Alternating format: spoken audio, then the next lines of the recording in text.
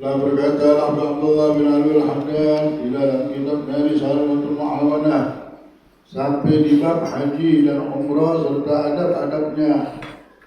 Hendaknya engkau segera mengerjakan ibadah haji dan umrah yang Allah Subhanahu wa ta'ala wajibkan atasmu dikala engkau mampu.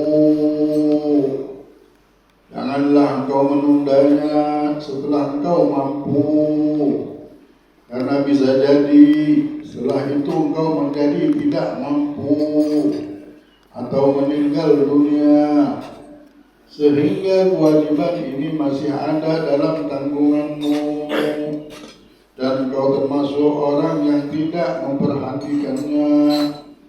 Dalam hal ini baginda Nabi Muhammad SAW bersabda, Man lam tahbishu hajah zahirah aw marad hafiz aw sultan jair wa mata wa lam yahujja falyamut in sya'a yahudiyan wa in sya'a nasraniyan.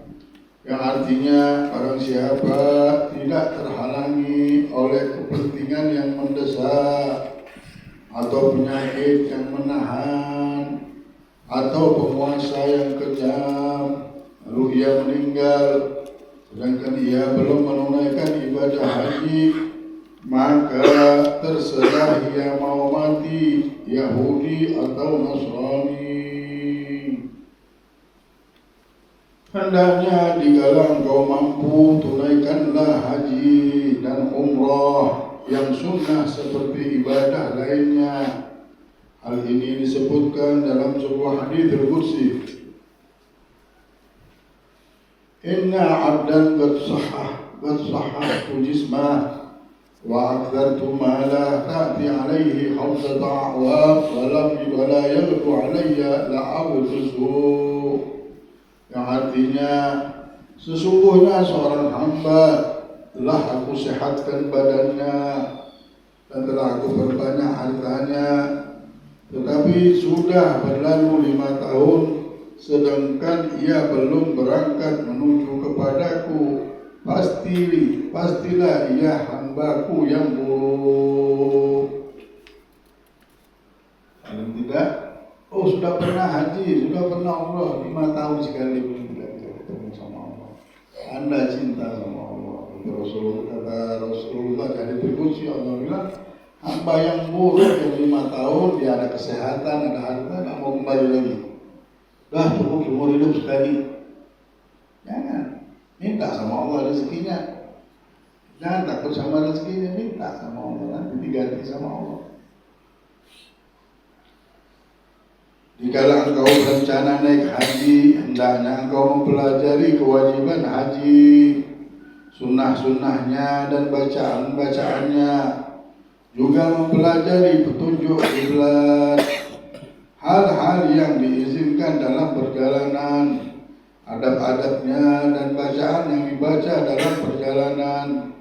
Janganlah engkau mengagungkan niat hajimu dengan niat berdagang. Justru hendaknya engkau tidak membawa barang duniawi apapun kecuali yang akan kau gunakan dalam perjalananmu. Dan kalau memang diperlukan, maka hindarilah membawa barang yang akan membuatmu sibuk dari menunaikan manasik dengan benar dan mengagungkan syiar Allah Subhanahu wa ta'ala sebagaimana mestinya. Benar-benar kita kalau mau umrah, mau haji, perbaiki niat dulu. Wasahhihin niyati qabla al-amali bila wa'ti biha maglunatan bil awal. Perbaikilah niat sebelum beramal, sebelum berbuat apapun ibadahnya, tambah lagi haji umrah, kita harus memperbaiki niat. Dia orang banyak haji bawa barang dagangan supaya mau berdagang mereka. Karena barang apapun laku dulu dari mana-mana, dari Afrika, dari India, dari mana-mana berdatangan bawa barang dagangan mereka berdagang di sini. Nah kata Allah dan bilang kalau bisa tinggalkanlah dulu urusan niat benar-benar kita pergikan untuk beribadah, mendekatkan diri sama Allah. Ingat, kita ini mau dekat sama Allah. Ingat, kita ini mau dekat sama Allah. Ingat, kita hidup ini mau dekat sama Allah, mau dekat sama Rasulullah. Itulah keberuntungan hidup untuk kita mau ambil keuntungan yang abadi, yang hakiki ini. Maka dari itu murnikanlah niat kita benar-benar pengen mendapat cintanya Allah, ridhonya Allah dan Rasulnya. Al-Habib Abdullah bin Al-Haddad menyambung perkataannya, justru hendaknya engkau tidak membawa barang duniawi apapun kecuali yang akan engkau gunakan dalam perjalananmu. Dan kalau memang diperlukan, maka hindarilah membawa barang yang akan membuatmu sibuk dari menunaikan manasik dengan benar dan mengagungkan syiar-syiar Allah Subhanahu wa Ta'ala sebagaimana mestinya. Hendaknya engkau menziarahi Rasulullah Sallallahu Alaihi Wasallam. Jangan sampai kita umrah, kita haji, tidak datang ke kuburan Nabi Muhammad, tidak ziarah kuburan Nabi Muhammad, tidak berguna. Kalau sudah haji, mampir Madinah. Ada orang haji saja tidak ke Madinah, berangkat, ada sampai detik ini. Udah Arafah, sudah haji, dibilang sudah tidak mau ke Madinah. Karena menziarahi beliau Sallallahu Alaihi Wasallam setelah wafatnya sama seperti mengunjungi beliau Sallallahu Alaihi Wasallam semasa hidupnya. Rasulullah bilang, "Man zarani fi mamati faka'anna mazarani fi hayati," kama qala Nabi Muhammad SAW. Barang siapa yang mendatangi aku ketika aku sudah meninggal dunia, ini Nabi Muhammad kita lihat meninggal, itu sama saja kata Rasulullah bilang ketika dia datang ketika aku masa hidup. Ya Allah, kita harus menikmati benar ketika kita datang ke Madinah menziarahi Nabi Muhammad, sama saja datang waktu zaman hidupnya Nabi. Barang siapa ketemu Nabi diampunkan dosa. Ketemu aja sama Nabi terangkat ke derajat. Dan beliau Sallallahu Alaihi Wasallam tetap hidup dalam kuburnya. Begitu juga para nabi lainnya. Sungguh termasuk suatu kebencian apabila engkau menunaikan haji ke Baitullah lalu engkau tidak menziarahi kekasih Allah Subhanahu wa Ta'ala tanpa ada uzur yang benar. Datang ke Madinah, tidak pernah datang ke ziarah ke Rasulullah, atau datang cuma sekali saja ziarah, sayang benar. Ya, ambil. Kita sholat 5 waktu di Masjid Nabawi, hampir 1 kali 1 waktu setiap hari. Kalau 5 hari, 5 kali dapat ziarah. Wah, untung benar. Ambil sholat sebentar, lambatin, putar ziarah. Oh, tidak ke Raudhah, ziarah ini lebih afdal daripada Raudhah. Sebagian ulama menyebutkan ziarah Rasulullah ini segala-galanya. Ketahuilah bahwa jika engkau datang dengan menyeret kepalamu dari negeri Islam yang paling jauh untuk menziarahi beliau Sallallahu Alaihi Wasallam, masih belum cukup menunaikan rasa terima kasih atas nikmatnya hidayah yang Allah SWT sampaikan kepadamu melalui Nabi-Nya Muhammad Sallallahu Alaihi Wasallam. Mana kota yang paling jauh? Kita seret kepala kita. Kita seret, bukan lagi merangkak, diseret kepala kita untuk mendatangi Nabi Muhammad. Mau menunjukkan terima kasihnya kita, tidak bisa juga. Diseret loh. Mulia Nabi Muhammad. Hendaknya apabila engkau akan memulai suatu perkara penting seperti bepergian, pernikahan dan lain sebagainya, engkau bermusyawarah dengan saudaramu yang engkau yakini pengetahuan dan kejujurannya. Kemudian apabila pendapatnya sesuai dengan apa yang ada dalam benakmu, hendaknya engkau menjalankan sholat 2 rakaat Selain fardu dengan niat istikharah, lalu berdoalah dengan doa sudah terkenal itu bagaimana sabda Nabi Muhammad sallallahu alaihi wasallam, "Ma khaba man istakhara wa ma nadima man istashar." Yang artinya tidak akan merugi orang yang beristikharah dan tidak akan menyesal orang yang bermusyawarah.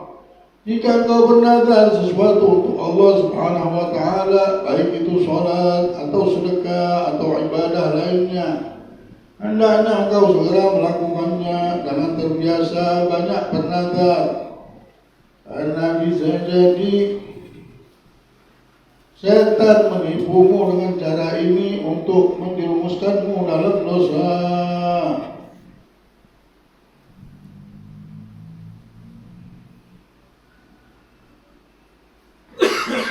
Al-Imam Abdullah bin Al-Haddad setelah menyebutkan masalah haji dalam umrah, beliau juga memasukkan bab untuk setiap melakukan sesuatu kita disuruhnya apa? Disuruhnya istikharah. Apa? Karena ternyata ada rahasia ketika kita minta petunjuk sama Allah. Saya istikharah, sudah. Tak menyesal kalau istikharah. Walaupun belum ada, udah harus mimpi ya istikharah itu munculnya. Orang yang beristikharah dan bermusyawarah di dalam menyelesaikan masalahnya dan menyelesaikan menjalani hidup ini, tidak akan insyaallah tidak akan dia menyesal. Jadi memang disuruh kita sebelum melakukan perkara apapun seperti menikahkan, ada pernikahan, mau berangkat.